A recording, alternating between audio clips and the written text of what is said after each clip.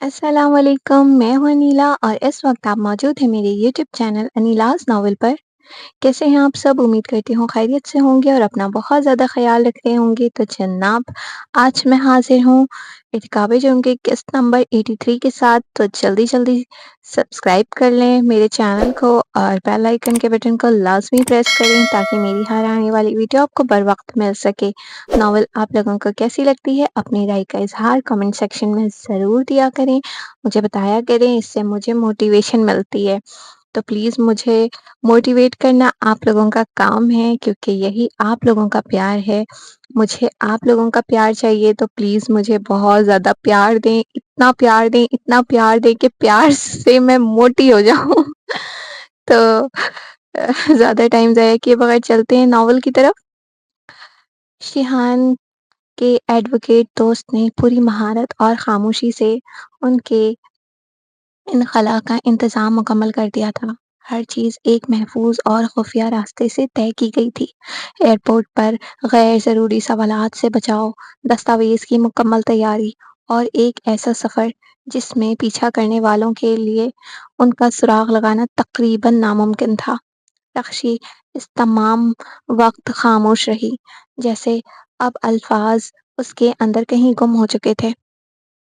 सिर्फ़ उसकी नज़रें कभी शिहान की तरफ उठतीं और कभी नीचे झुक जातीं, मगर उसकी आँखों में गैर यकीनी सी उम्मीद मौजूद थी।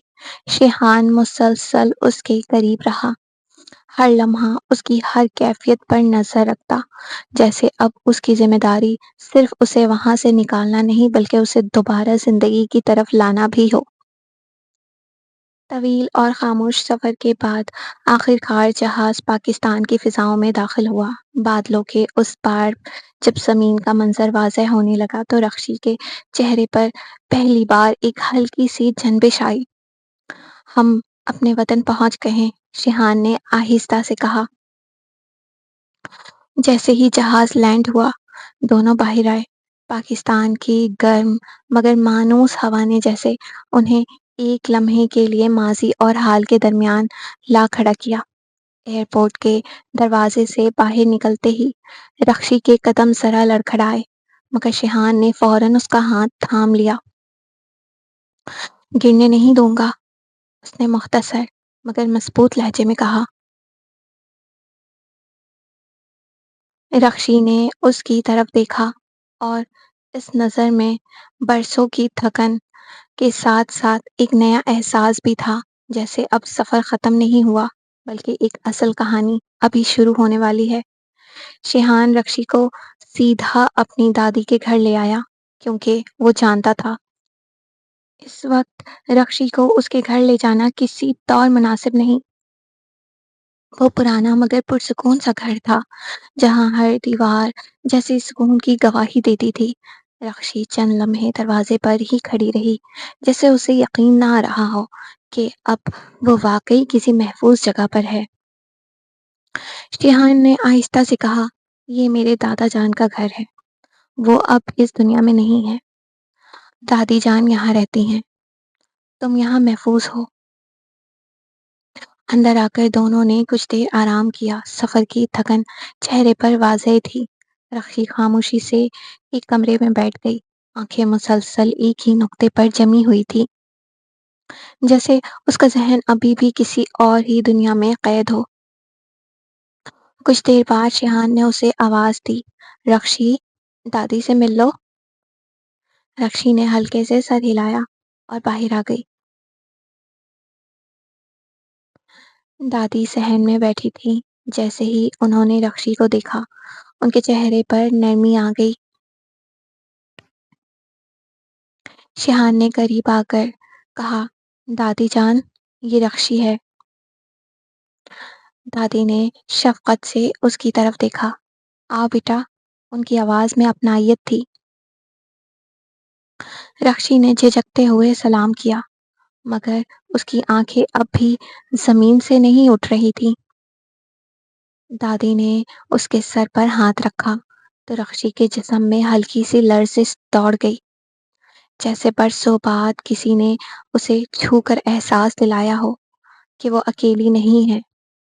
शिहान चंद कदम दूर खड़ा उसे देख रहा था। रक्षी अब भी खामोश थी, मगर उसकी खामोशी पहले जैसी कैद वाली नहीं थी। अब उसमें एक अजीब सा ठहरा हुआ सुकून था, जैसे वो अभी भी यकीन करने की कोशिश कर रही हो कि वाकई वो आज़ाद है और अपने मुल्क में महफूज है। पूरा दिन गुजर चुका था। आईसीयू के कमरे में हल्की रोशनी फैली हुई थी और अंधलिप अब पहले से कुछ बेहतर महसूस कर रही थी, मगर उसकी बेचैनी हर गुजरते लम्हे के साथ बढ़ती जा रही थी। वो बार-बार दरवाजे की तरफ देखती, फिर नज़रें अर्श पर जमा देती। आखिरकार उसने धीमी मगर ज़िद भरी आवाज़ में कहा, अर्श। हुँ। अर्श फौरन उसके करीब आया। अंधलिप की आंखें नम थीं। मुझे अपनी बच्ची को देखना है। अर्श का दिल एक लम्हे को ज़ोर से धड़का, मगर उसने चेहरे पर सुकून बरकरार रखा। अंधलिप, अभी तुम बहुत कमज़ोर हो, उसने नरमी से कहा। डॉक्टर ने ज़्यादा हरकत मना की है। नहीं। अंधलिप ने फौरन नफ़ी में सर हिलाया। पूरा दिन हो गया है। उसकी आवाज़ लर्ज़ गई।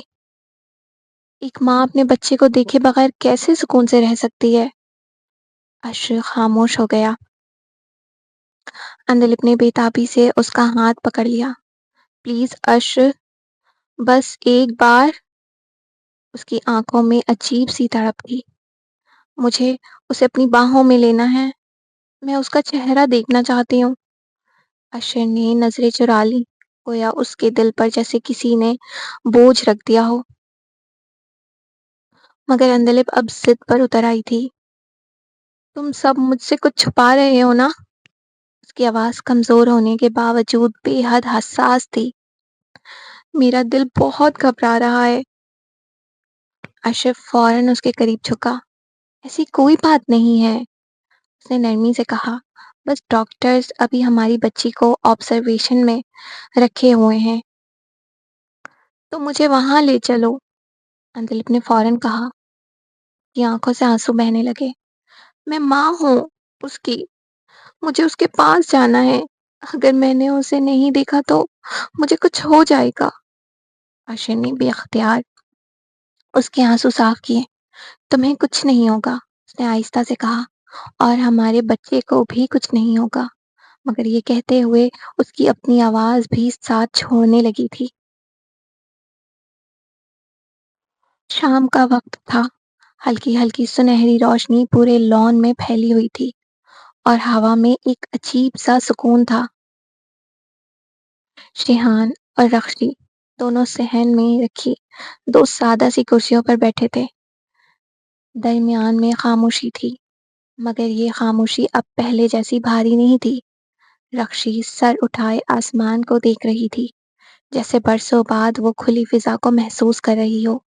उसकी आंखों में हैरत भी थी और थकन भी। शिहान उसे बार बार देख रहा था, जैसे हर लम्हा इस बात की तस्दीक कर रहा हो कि वो अब वाकई महफूज है। आसमान परिंदों के शोर से भरा हुआ था। झुंड की सूरत में उड़ते वो परिंदे आजाद फिजाओं में यूं महूपरवाज थे, जैसे दुनिया में उन्हें किसी खौफ, किसी कैद का एहसास ही ना हो। रक्शी खामोशी से उन्हें देख रही थी। उसकी आंखों में अजीब सी नमी तैरने लगी। कितने खुशकिस्मत होते हैं ना ये परिंदे, वो धीरे से बोली। जब दिल चाहे उड़ जाए, जहाँ चाहे चले जाएं। शिहान खामोशी से उसे सुन रहा था। रक्शी ने तल्ख सी मुस्कुराहट लबों पर सजाई और और एक मैं एक मैं थी। उसकी आवाज़ भारी हो गई, जैसे सांस लेने तक की इजाज़त मांगनी पड़ती थी। हवा का एक झोंका आया और उसके दुपट्टे का किनारा हल्का सा लहरा गया। तुम्हें पता है शिहान, उसने आसमान की तरफ से नजरें न हटाते हुए कहा, कभी कभी मुझे लगता था मैं इंसान ही नहीं रही। उसकी आंखों से आंसू बह निकले। بس ایک بے جان شے بن گئی تھی جسے ایک ہاتھ سے دوسرے ہاتھ بیچا جا سکتا تھا۔ ریحان کے چہرے پر سخت اذیت ابھری۔ رخشی بولتی گئی جیسے پرسوں کا درد آج لفظ بن کر نکل رہا ہو۔ میں راتوں کو جاگ جاگ کر صرف ایک ہی دعا مانگتی تھی۔ اس نے لب کاٹے کہ یا اللہ، یا تو مجھے موت دے دے یا میرا وطن دکھا دے۔ ریحان نے آہستہ سے مٹھی بھینچ لی۔ رخشی نے نم آنکھوں سے آسمان کی طرف دیکھا۔ میں یہ بھی سوچتی تھی اگر میں کبھی واپس آ بھی گئی تو کس حق سے؟ اس کی آواز ٹوٹ گئی۔ میں اپنے باپ کی عزت تھی نا، پھر میرے ایک غلط فیصلے اور برے وقت نے مجھے کیا بنا دیا؟ چند لمحے خاموشی رہی، پھر ریحان نے بہت آہستہ مگر مضبوط لہجے میں کہا، وقت انسان کو بدل سکتا ہے رخشی۔ وہ اس کی طرف متوجہ ہوا، مگر وقت کسی پاک روح کو گندا نہیں کر سکتا۔ رخشی کی آنکھیں اس کی طرف اٹھیں۔ ریحان کی آواز میں عجیب سا یقین تھا۔ تمہارے ساتھ ظلم ہوا ہے، تمہارا اعتبار توڑا گیا ہے، تم گنہگار نہیں ہو۔ رخشی کے ہونٹ کانپ گئے۔ مگر دنیا یہ نہیں سمجھتی کہ ریحان ہلکا سا مسکرایا، مگر اس مسکراہٹ میں درد تھا۔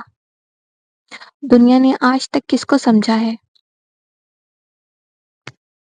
وہ چند لمحے رکا پھر بولا، اصل بات یہ ہے کہ تم خود کو کیا سمجھتی ہو؟ رخشی خاموش ہو گئی۔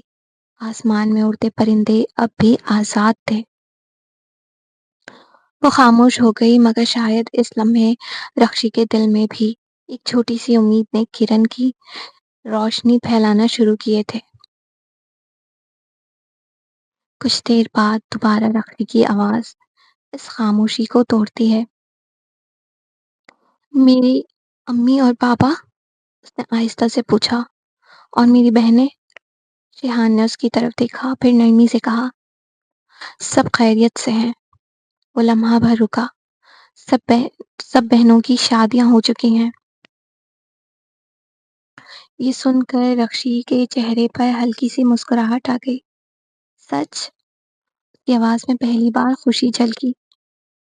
وہ آہستہ سے مسکرائی، جیسے دل سے کوئی پرانا بوجھ ہٹ گیا ہو، مگر اگلے ہی لمحے اس کی آنکھیں نم ہو گئی۔